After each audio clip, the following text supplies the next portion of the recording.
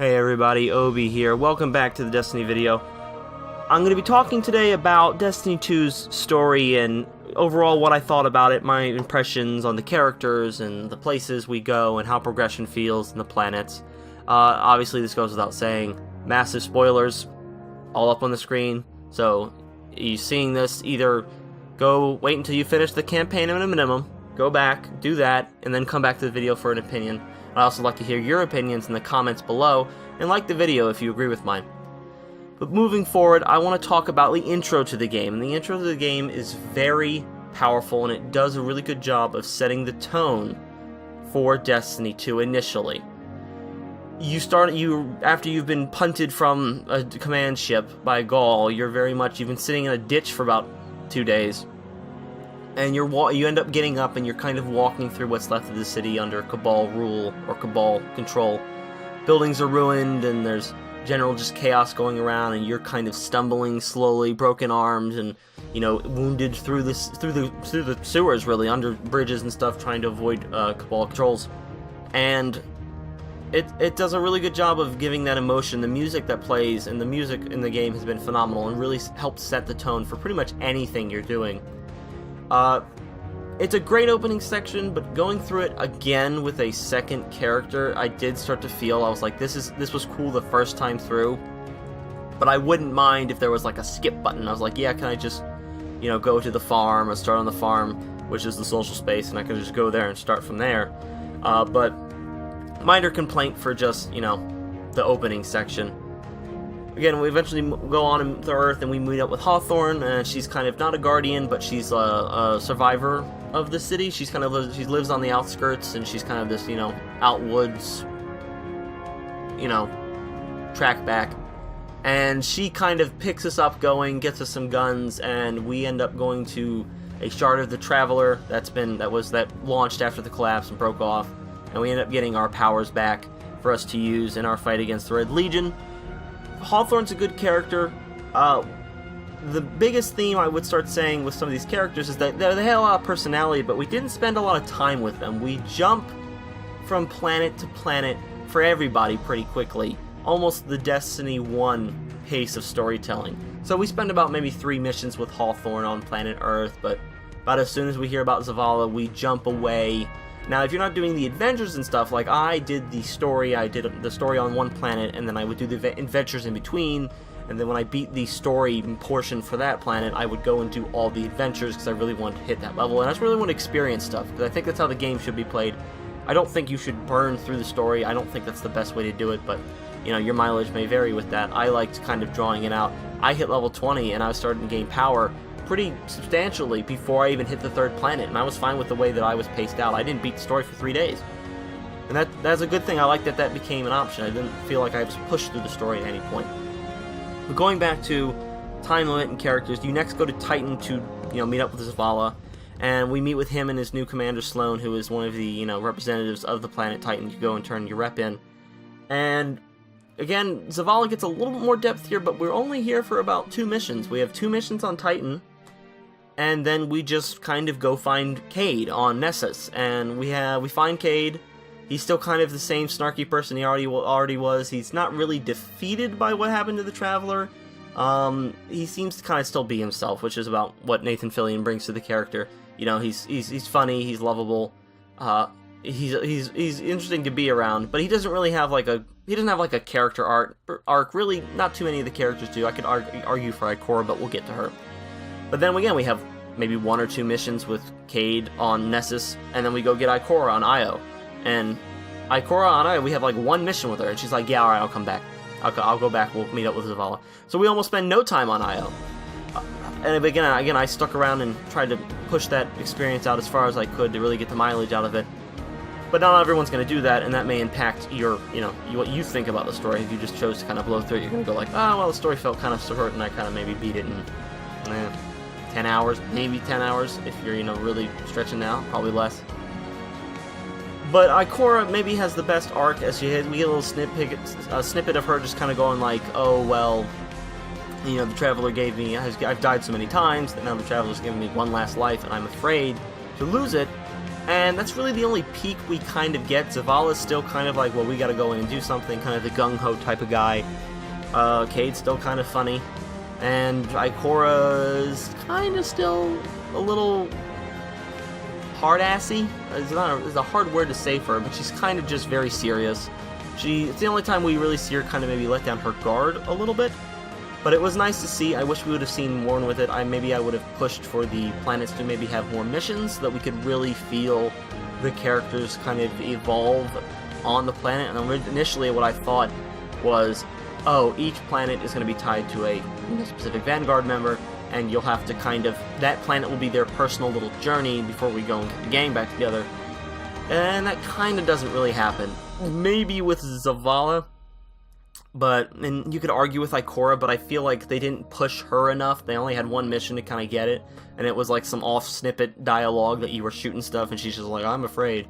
So I feel like I would have pushed more for the character development on each planet. We still get some. Hawthorne's a nice addition, but we don't get too much more. Maybe it's slight more than we did in the Taken King, but I would have pushed them. Progression throughout the story has been pretty good. Again, the new system is that you can level up and work towards your light or power level in this game while you're doing it. So I had a friend who was going through the planets. He was like, I want to hit levels. When I hit level 20, the grind will really begin. And that's when the real game starts.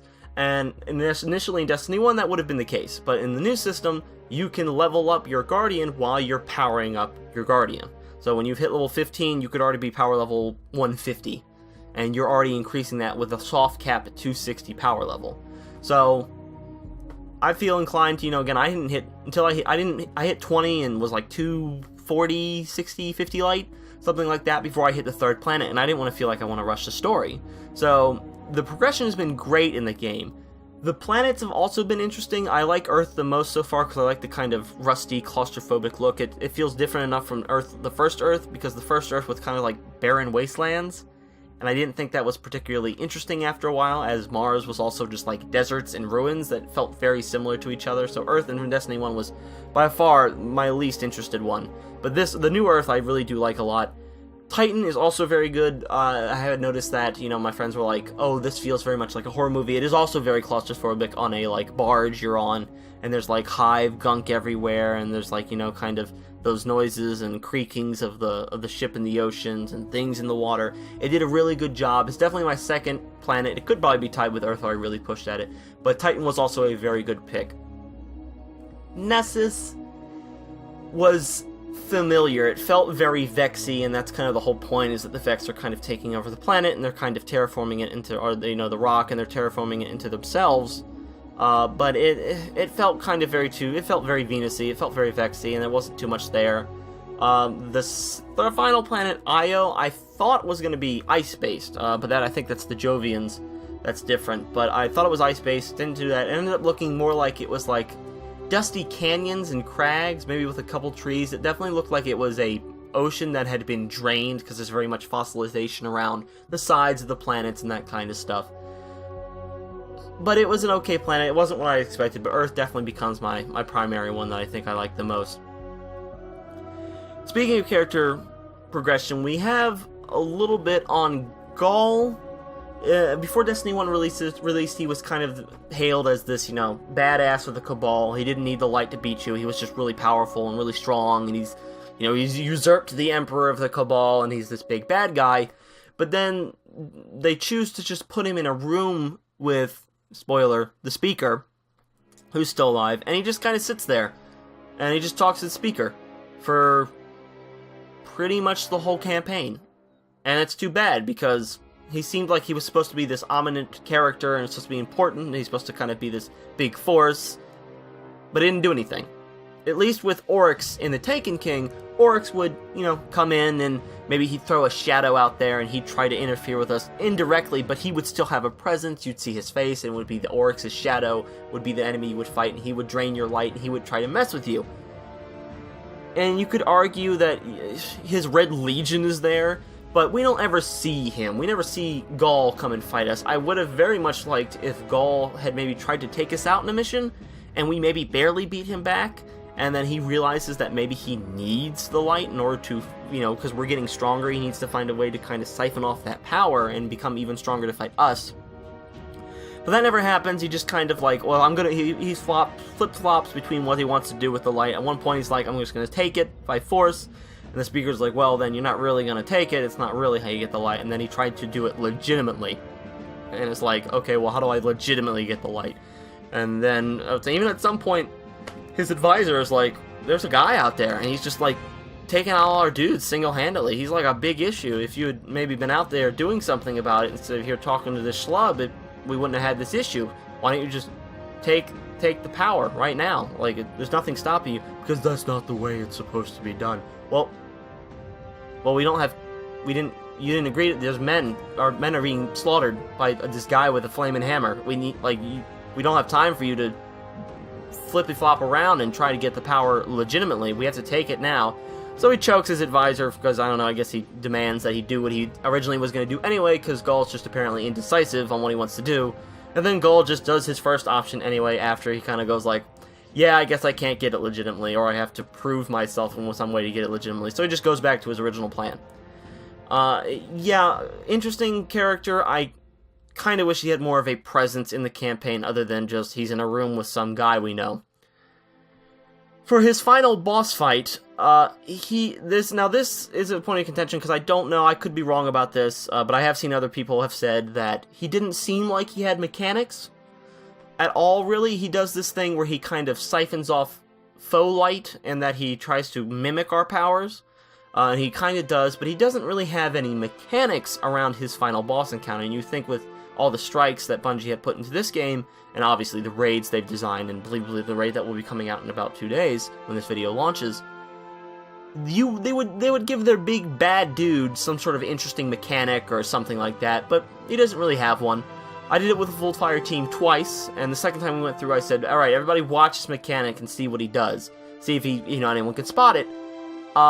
Occasionally through the fight, he just retreats after you've shot him a lot, and he sits in the background, immune, for whatever reason, and about a couple guys jump out, and there's like little pools of light you can grab. There's maybe about like 10 guys that showed up, and if there's 3 of you, you have 3 superpowers, so one of you's got a flaming hammer, one of you's got a flaming sword, and the other one's got a flaming gun. So 10 dudes aren't going to do much after you've killed most legions by yourself single-handedly.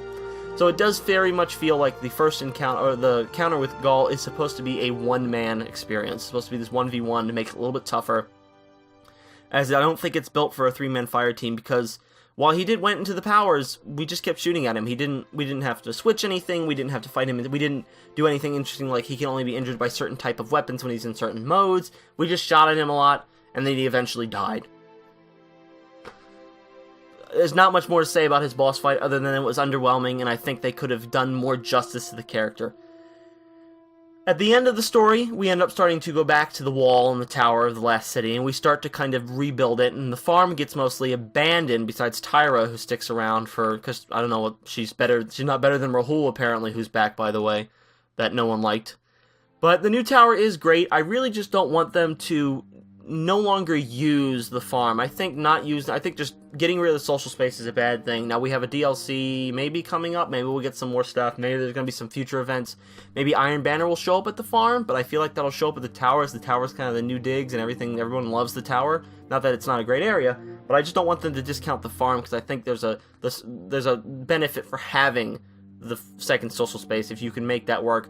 Give people reasons to go there. Please don't turn it into the Reef where people went there for like a thing, and then they just never was like, I don't go to the Reef at all because there's no point.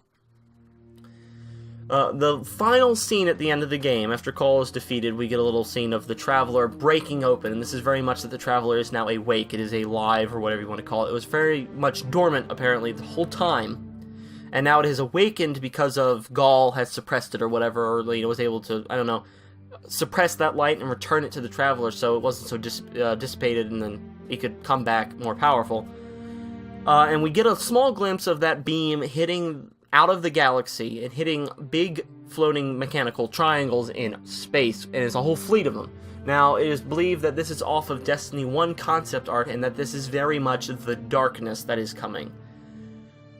I hope that is the case. I don't know if we're going to see this for a big sequel, like a Taken King update, or any of the smaller DLCs coming in December and then the spring of 2018. It could come in a sequel, but I'm not sure about that. I hope it's not called The Darkness. I hope that's just kind of like the name that they've been giving it, but I hope it comes back and it actually is a new faction, is a 5th race that can compete with the other 4 ones. That would be nice. Just don't call it, oh, it's the Darkness guys. It's Darkness minions. Make it something interesting, and I'm sure Bungie's going to do that. But that was really my review of the story. Some negative talk points, but I generally enjoy the story. It is definitely by far a step above Destiny 1's story by margins and milestones. But I think they maybe could have pushed the envelope in some areas, spent some more times with the main Vanguard characters and Hawthorne a little bit more, maybe made Ghaul more of an interesting character, maybe even uses his advisor. We could have fought him at some point, but again, we don't really deal with him at any point. He just chokes his guy and leaves, and then does what he was going to do, in the beginning anyway, as he just kind of messes around in a room with some guy. So hopefully the next campaign, or the next big DLC, or whatever we're dealing with next, they make the big bad guy more of an ominous threat, and he comes in and maybe actually tries to do something against us, and move against us in some way. But thanks for watching the video, guys. Again, if you completed the story and you liked it, disliked it, didn't like some things, liked some things, let me know in the comments below. A like on the video is very much appreciated. And subscribe to the channel for more Destiny videos and my raid, my raid team will be starting the raid hopefully in a couple days, and that'll come out here if I can, if my Elgato doesn't burst open, because it's going to be quite a long capture, I'm sure, with the difficulties of the raid and how we're going in blind. Thanks for watching the video, guys. I'll see you in the next one. Bye.